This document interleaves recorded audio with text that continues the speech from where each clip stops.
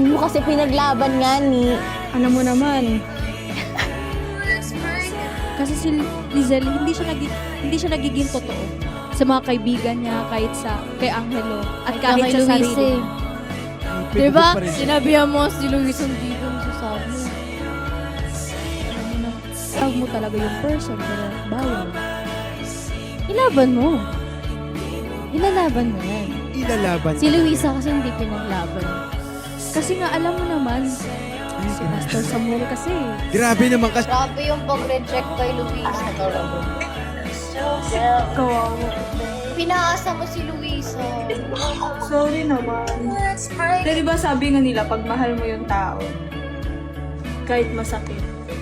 Kailangan naman pabayaan ko si Luisa. Diba, pinagbantaan siya ng aking papa.